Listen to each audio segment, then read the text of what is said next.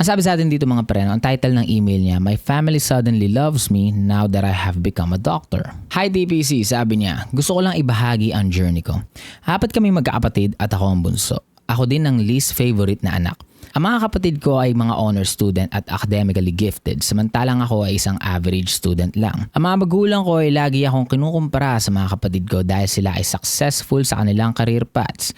Ang panganay namin ay engineer, ang isa naman ay country manager ng isang sikat na clothing brand dito sa Pilipinas at yung isa naman ay isang successful na VA. Lagi akong napagsasabihan na hindi ako parte ng pamilya na to dahil wala akong mga honor, awards at recognitions. Jesus Christ, anong klase magulang to? Sinabi nila na hindi daw ako kagaya ng mga kapatid ko dahil doon bumagsak talaga ng husto ang self-esteem ko at hindi ko alam kung paano ako magko-cope sa ganong klaseng hostile na environment. Ang mga kapatid ko ay ganun din ang tingin sa akin. Well, may chance na maging ganyan talaga ugali ng mga kapatid mo. Kasi usually reflection ng parents ang mga anak. Unless ikaw yung binibiktima ng mga parents mo, ang tendency niyan, ang mangyayari, magiging opposite ka ng parents mo, kasi magiging sila yung mga role model ng mga taong hindi mo gusto maging. Well, ang sad, kung ganito rin tingin sa'yo ng mga kapatid mo. At nakalakihan na din nila na maging ganun ang treatment nila sa akin. Nag-college ako at ang kinuha kong pre-med course ay BS Psychology, na pinagtawanan ng mga kapatid ko. Sabi nila wala daw ako makukuha ang trabaho o hindi daw bagay sa akin ang ganyang kurso dahil bobo daw ako. Jesus Christ! At wala akong mararating. Hindi ko na lang pinansin iyon at tiniis ko na lang ang maltreatment nila sa akin hanggang sa makapagtapos ako. Pero isang araw, nung pa-med school na ako, bigla na lang akong pinagsabihan ng mga magulang ko na masyado na daw akong ambisyoso. Jesus Christ, man. Anong masama sa pagiging ambisyoso, di ba? Anong masama sa pagiging ambisyoso ng isang anak? Taka na pag yung anak ko walang pangarap, mabuwisit pa ako eh. Anong klase kang magulang kung yung anak mo ay nag-aasam ng mas magandang sitwasyon sa buhay tatawagin mong ambisyoso? Jesus Christ. At sobra na daw ang aking delusions dahil never daw ako magiging doktor. Jesus Christ. Sapat na daw ang BS Psych degree ko para makapagtrabaho at makatulong sa bahay. Sabi pa nila ang kapal daw ng mukha ko for choosing to become a doctor nang hindi sinasabi sa kanila. Jesus Christ. Puro na lang panlalait at indifference ang pinararamdam nila sa akin kaya daw hindi ko deserve maging doktor dahil daw nung bata pa ako, hindi naman ako katulad ng mga kapatid ko na matatalino. Di ba? Inang yan. It became too much for me so I decided to leave our household and find a way to make ends meet. I found a job as a VA while renting out my own apartment. Napagsabay ko ang med school sa umaga at VA sa gabi. Damn. And I was able to pay for my tuition, books, and all other expenses. Med school is not a joke because it took a toll on me mentally and financially. Pero one thing that kept me going is my determination to achieve my goal. I already sacrificed a lot so I won't be giving this up so easily. Habang nag-aaral ako, I was not talking to my family because it would just distract me. Nakatatak na talaga sa utak ko na ako na lang ang makakapagsuporta sa sarili ko. And there it is. After years of hard work and sacrifice, I passed my licensure. Nabubulol ako. I passed my licensure exam, residency, and internship. And now I am an oncologist. Ang meaning ng oncologist mga pre, ayon sa kanya, a doctor who specializes in diagnosing and treating cancer. And I'm currently practicing at a hospital in Pasig. Nakarating ang balita sa pamilya ko na doktor na ako and they were happy for me and congratulated me for achieving my goal. Fuck you. They wanted to meet up with me. Of course, I was super hesitant at that time, but I still agreed. It's been a while since I met them and we decided to meet up at a restaurant at MOA. The moment they saw me, my mom and my dad hugged me so tight and kept telling me that they were so proud of me. Pero ang pinakita raw ng mukha niya oh really na expression. I was so confused. We sat and talked for a bit. Para talagang wala na ako sa mood, I asked them why all of a sudden bigla na lang mahal niyo ako. Di ba sinabi nyo dati na bobo at masyado akong ambisyoso? Di ba sinabi nyo sa akin palagi na hindi ako katulad ng mga kapatid ko? Di ba sinabi nyo sa akin na hindi ako parte ng pamilya na ito dahil wala akong honors at recognition sa school nung bata pa ako? Tapos nung naging doktor na ako, tsaka nyo lang ako tatanggapin sa pamilya na to. I paid their restaurant bill, didn't even bother saying goodbye, and then left. Bastos na kung bastos pero hindi ko talaga makakalimutan ang naging trato nila sa akin nung bata pa ako. Sabi niya pa, for now, I would just have to focus on saving lives and saving myself. Tama lang para sa akin, sa tingin ko. Nagpapatayo na din kami ng bahay ng misis ko. She is also a doctor.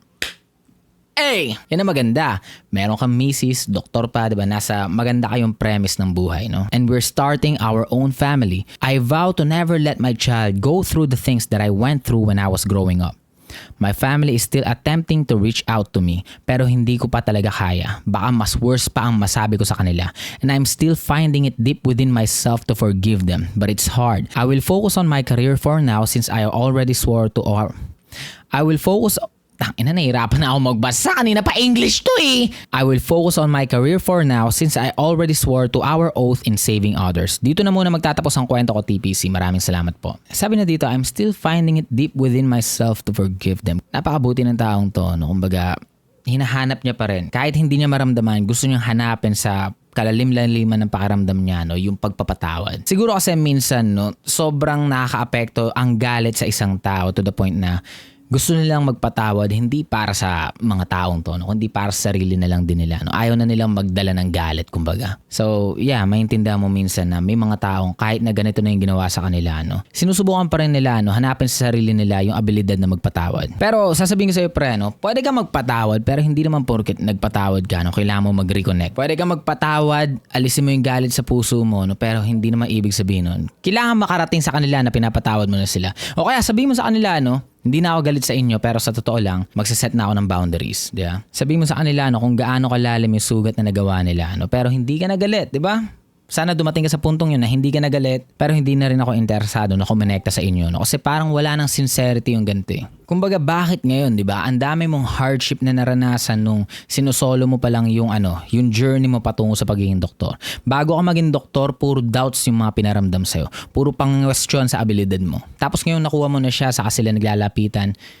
Walang sincerity dito, no? Hindi nila mahal yung tao. Most likely, ang mahal nila ay yung version mo na naging doktor na. O mas mahal nila yung narating mo kaysa sa'yo bilang tao. And that is not a reason to connect. Siguro kung may nakikita man akong rason dito para magpatawad, kung masyado ka na nabibigatan, no? Na meron kang dala na ganitong klaseng galit. Patawarin mo na sila, no? Tapos i-acknowledge mo na, minsan talaga, may mga taong piece of shit. Ang sarap sana, no? Mapunta sa isang pamilya kung saan napaka-supportive ng mga tao. Ang sarap sana na meron kang magulang na, alam mo yun, nakakausap mo minsan, no, na lalapitan mo man lang tuwing may problema ka. 'Di ba? Magulang ang nagbibigay ng comfort dapat usually. Ang sarap magkaroon ng gano'n, no? Pero i-acknowledge mo na lang na, sad. Isa ako sa mga minalas na hindi napagbigyan ng gano'n. At tama to, no? Mag-start ka ng sarili mong family and sadly yung magulang mo magiging na lang siya magiging lesson na lang siya, no, ng isang taong hindi dapat maging katulad. Pero siguro, no, kung gusto mo try talaga i-explore yung pagpapatawad, ang una mong gawin i-communicate sa kanila honestly yung ginawa nila. I-communicate mo sa kanila, no, natanong mo na actually nasabi mo naman na dito yung mga gusto mong sabihin no? Ang gusto ko lang malaman, ano ba yung naging response nila? Paano nila tinake yung bagay na to? Remorseful ba sila sa mga nasabi nila o nagpapakita lang sila ng pagsisisi, no, dahil posibleng mawala sa connection nila ang isang doktor ngayon? Pwede mong i-explore yung path na yun, no, pero pwede ka na rin maging isang malaking lesson sa buhay nila, no, na I should not have been this shitty of a person, di ba? Hindi dapat ako naging basurang nila lang. Siguro mas maganda pa yung na-build kong relationship dito sa anak ko. Anak ko na doktor ngayon, di ba? Na posible ko sana lapitan na every time na masama yung pakiramdam ko. Wala na silang ganung privilege. Well, anyway, ang masasabi ko na lang, no, congratulations sa mga narating mo sa buhay, di ba? Napakagandang bagay niyan. Ito na lang yung pinaka panghawakan mo ngayon. Minsan minamalas tayo sa lottery ng buhay, no, at mapupunta tayo sa isang pangit na household. Hindi lahat ng tao sinaswerte sa ganyan. Pero ang gawin mo na lang, no, sa susunod na henerasyon, di ba? Kung ikaw na may magkakaanak, ikaw na lang mag-contribute ng magandang klaseng pamilya sa mundong to, no? Hindi man maganda yung pamilyang bumuo sa'yo, at least yung pamilyang ikaw yung bubuo, posible mong bigyan ng mas magandang path, no? Posible mong i-heal yung inner child mo dito sa magiging child mo, diba? So anyway, no, hindi naman nanghingi ng advice technically yung nag-send sa atin ito, no? Pero update mo ako, pre, interesado ako sa naging storya mo. I wish you all the best, no? At kung nakakasama na lang yung presensya nila sa'yo, walang manghusga sa'yo kung i-cut off mo yung mga taong to. No? Maraming tao magsasabi na, pamilya mo pa rin yan. Shut the fuck up, diba? Magulang mo pa rin yan. Oo nga, magulang niya pa rin yung mga yan. No? Pero nung time na in-outcast nila tong taong to, hindi man lang din nila naisip na, anak ko pa rin to. Trash. At yun lang naman yung email reading natin ngayong araw, mga pre. No? Sheesh.